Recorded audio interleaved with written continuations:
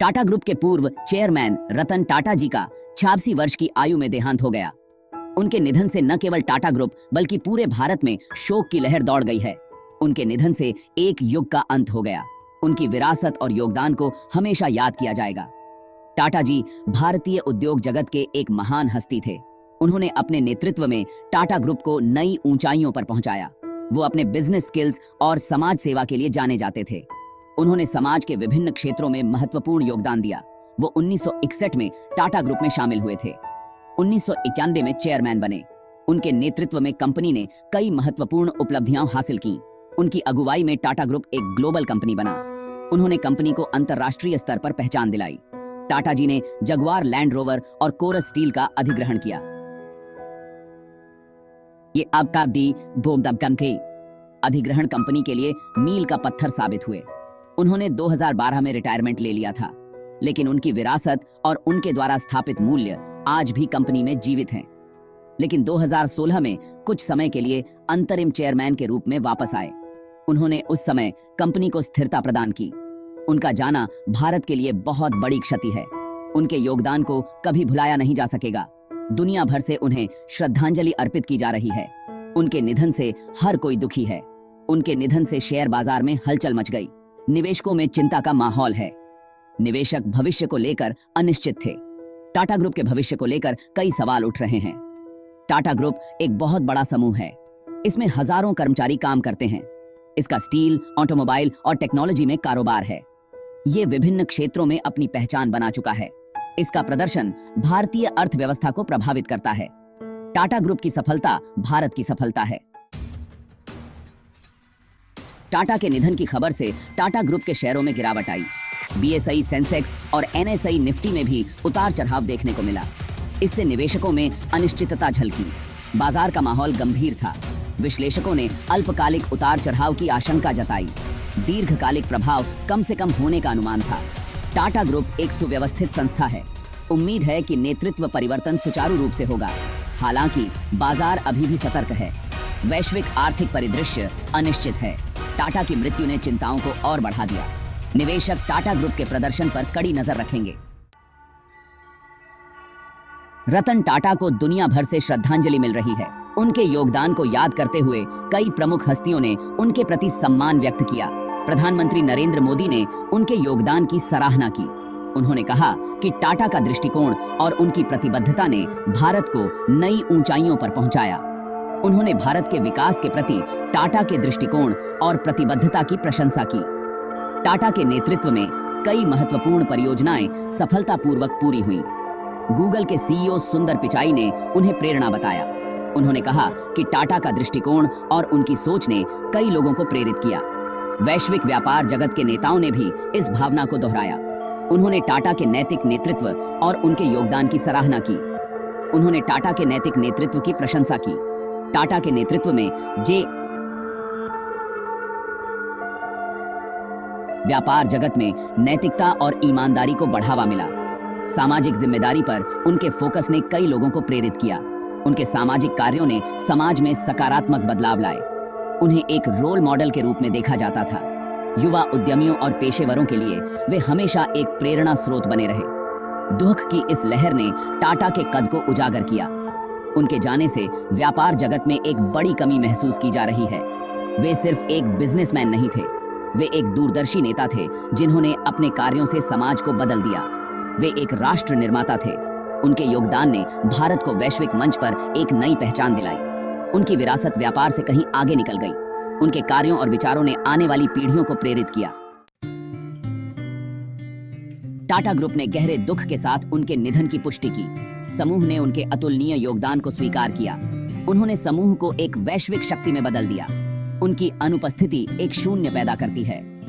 वर्तमान chairman N Chandrasekaran के सामने एक चुनौतीपूर्ण काम है। उन्हें अनिश्चित समय में समूह को आगे बढ़ाना है।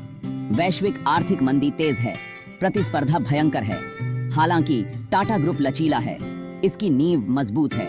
यह टाटा के मूल्यों पर बना है। इनमें ईमानदारी, नैतिकता और सामाजिक जिम्मेदारी शामिल है। यही मूल्य इसके भविष्य का मार्गदर्शन करेंगे। भाग 5, स्टील और करुणा से रची एक विरासत। रतन टाटा की विरासत बहुआयामी है। वे न केवल एक सफल उद्योगपति थे, बल्कि एक संवेदनशील और दयालु समाज सेवी भी थे। वे एक चतुर बिजनेसमैन थे, लेकिन वे एक समाज सेवी भी थे। उनके नेतृत्व में टाटा समूह ने न केवल व्यावसायिक ऊंचाइयों को छुआ, बल्कि समाज के प्रति अपनी जिम्मेदारियों को भी निभाया। उनका मानना था समाज को वापस देना चाहिए। वे हमेशा समाज के उत्थान के लिए तत्पर रहते थे। उन्होंने शिक्षा और स्वास्थ्य सेवा को बढ़ावा दिया। उनके प्रयासों से हजारों छात्रों को बेहतर शिक्षा मिली और कई लोगों को स्वास्थ्य सेवाओं का लाभ मिला। और उन्होंने टाटा ट्रस्ट का नेतृत्व किया। यह ट्रस्ट समाज के विभिन्न क्षेत्रों में काम करता है। ये भारत के सबसे पुराने धर्मार्थ संगठनों में से हैं।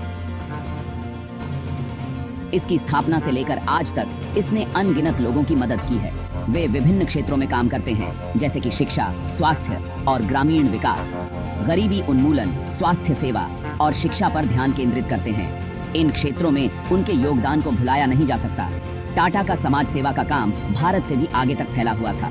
उन्होंने अंतर्राष्ट्रीय स्तर पर भी कई परियोजनाओं का समर्थन किया। उन्होंने वैश्विक कारणों का समर्थन किया। उनके प्रयासों से दुनिया भर में कई लोगों को लाभ हुआ।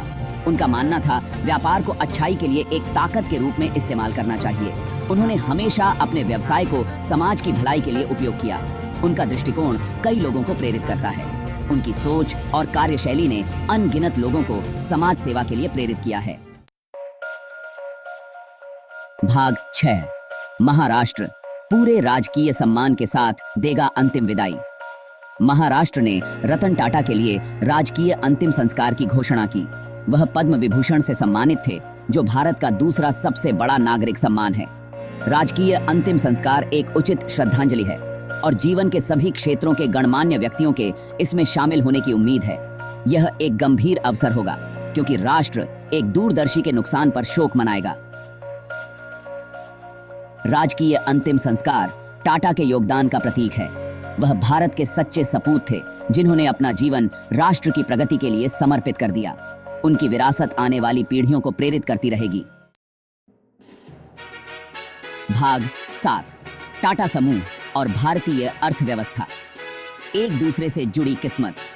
रतन टाटा की मृत्यु के आर्थिक निहितार्थ हैं। टाटा ग्रुप भारत में एक प्रमुख कंपनी है। इसका प्रदर्शन अर्थव्यवस्था को प्रभावित करता है। उनकी कमी खलेगी। समूह के भविष्य के फैसले महत्वपूर्ण हैं। निवेशक करीब से देखेंगे। सरकार स्थिरता देखने के लिए उत्सुक होगी। हालांकि उम्मीद है कि समूह इस दौर से निकल जाएगा। इसका नेतृत्व मजबूत है। इसके व्यवसाय विविध हैं। यह भविष्य के लिए अच्छी स्थिति में है। ठीक है। भाग 8।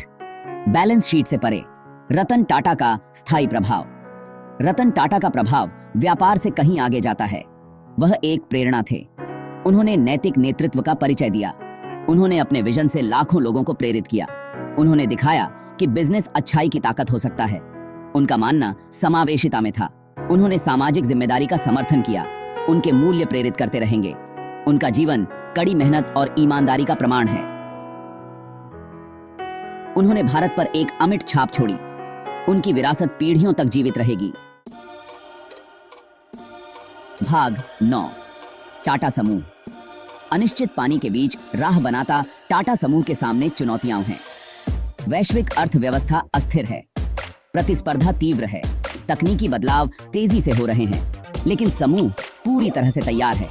इसकी नींव मजबूत है। इसका पोर्टफोलियो विविधतापूर्ण है। नवाचार की विरासत रही है। समूह को फुर्तीला बने रहने की जरूरत है। उसे बदलाव के साथ ढलने की जरूरत है। इसे नवाचार करते रहने की जरूरत है। ऐसा करके यह आगे बढ़ता रहेगा। भाग 10।